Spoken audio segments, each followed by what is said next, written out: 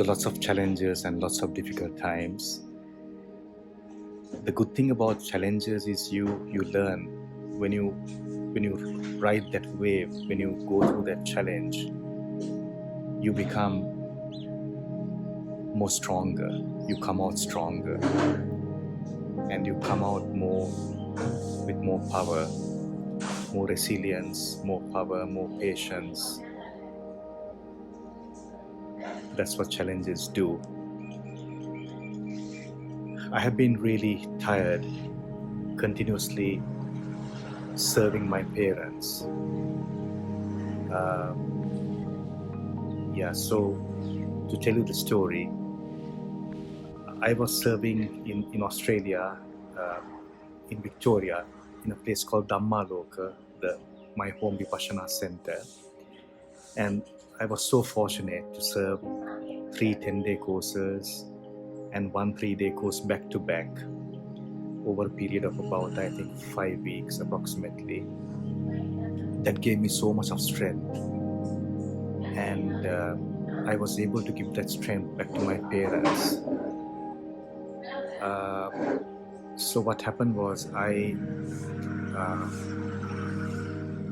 father fell ill and he stopped eating, or rather he decided to reduce his food because he was getting older and older. He was 91 years old.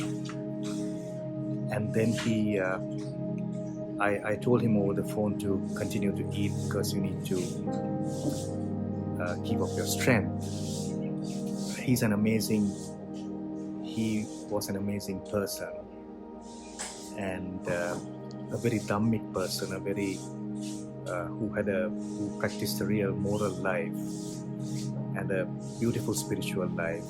The last few years he was meditating 1 to 2 hours, last 5 years or so, and I was so fortunate to introduce him to Vipassana Meditation a few years ago, and he sat 2 courses. The second course, when both my parents sat, I served that course.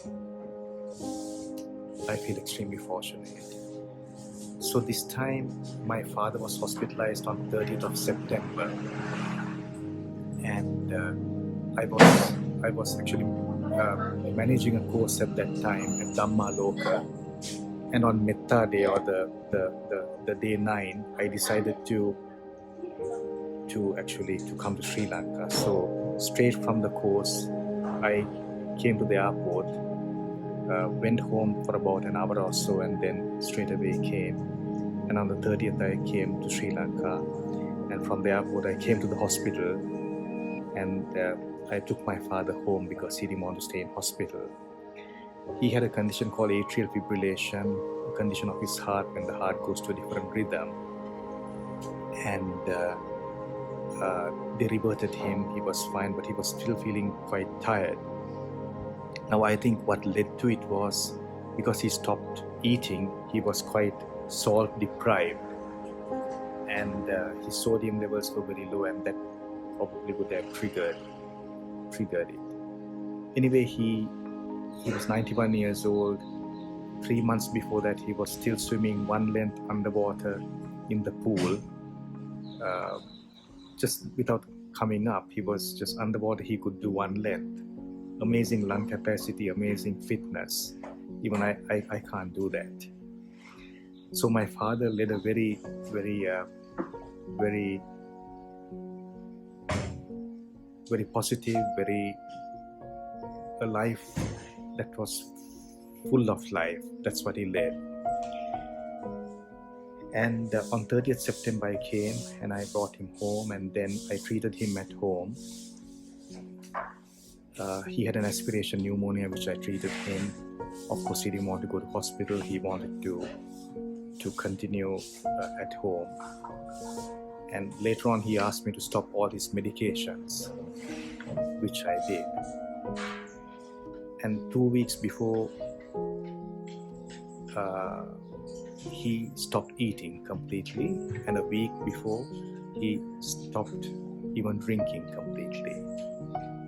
And but he was very alert, very conscious. He knew exactly what was happening, and we were meditating together. He was lying down and meditating. I was meditating next to him. I was always reminding him of the good things that he's done. He's been an amazing human being, and he's never killed any animal. He's saved so many animals. He led a pure life. He didn't use any intoxicants. He was meditating. He was giving lots of donations, helping the poor. Led a beautiful life. And then, so I was reminding him of all the good things he did. And I was also encouraging him to meditate, Vipassana and Anapana. And he was meditating. I feel very blessed that I was able to serve my father with my own two hands for more than a month. So from the 30th of September to 1st of November, I served him with my own two hands, both spiritually and medically, taking care of him. I served him. And he passed away on the 1st of November. He died. And he had a smile on his face when he died.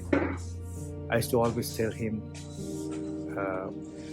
Tata, that means Dad, when you die you should smile and die, because you have nothing to lose. My teacher Goenkaji used to say that, people who practice meditation and all that, who lead a real moral life, they only get a promotion when they die. They don't get a demotion. So I was telling him, you will only get a promotion, not a demotion. So you had to be happy, and he was. Few hours before he died, even I reminded him of meditation, and at that moment his breath changed. So I knew that he was trying to keep his attention in this area focused and have awareness of his respiration. He was an example, and he never got angry, he was a little bit restless from time to time because he was in bed for about a month. But before that he was very, very active. Even during that month, I think 2 weeks he was completely bed bound, but he would still try to get up in bed, but he would get up from the bed, but he would not have the strength. And so he willingly embraced death, and he knew he was dying, and he died smilingly, which makes me happy. And I feel so blessed that I was able to fulfill my own paramitas or paramis. These are perfections that anyone who wants to achieve Nibbana or liberation or enlightenment needs to fulfill 10 perfections. So I was able to fulfill part of it by serving my father. And I never took a care or anybody to help me. Over a month, I didn't get much sleep. Some days every few minutes I had to wake up and attend to him. But that was so beautiful. And he never got angry. He was always very kind. He would say Puta or son and then tell whatever he had to say. And he had a very clear mind. So thank you. I also want to thank lots of people, but who supported me morally, talking to me, and like my good friend Salia, who's a doctor friend, who came and attended to my father also from time to time, because I said I was treating him, but I still wanted a colleague of mine to see him.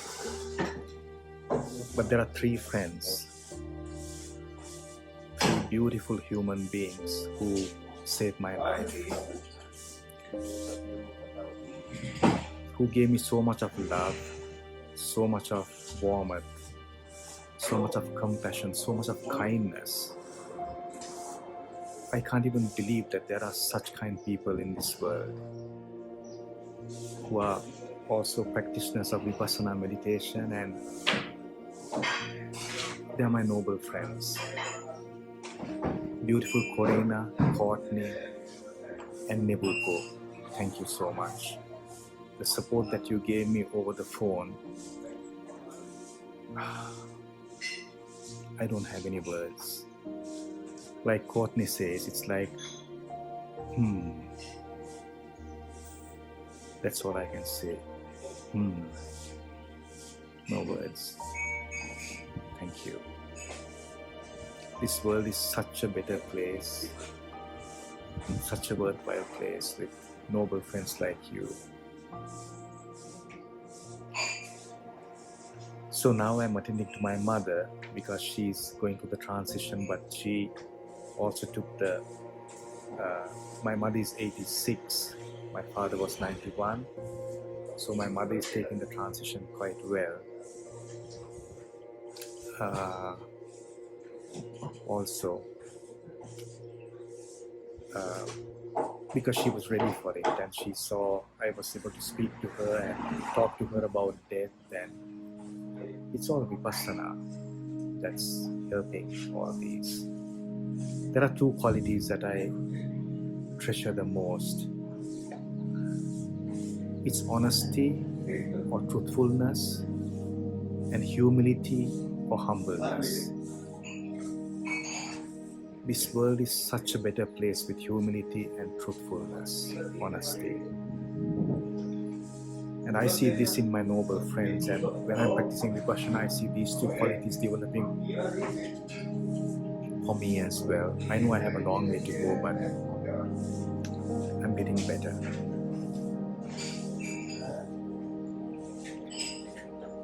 Thank you for watching this vlog, and I wanted to take you on a trail today. So I was then attending to my mother, and after about more than 1.5 months, I got a carer for my mother just for 12 days, and I escaped home and I came to this place. And my plan is to do a hike today, and then I'm going to serve a 10-day course at Vellavaya, which is conducted by my monk Vipassana teacher, who's an amazing teacher. So he's going to conduct the course, and I'm so blessed to be part of it.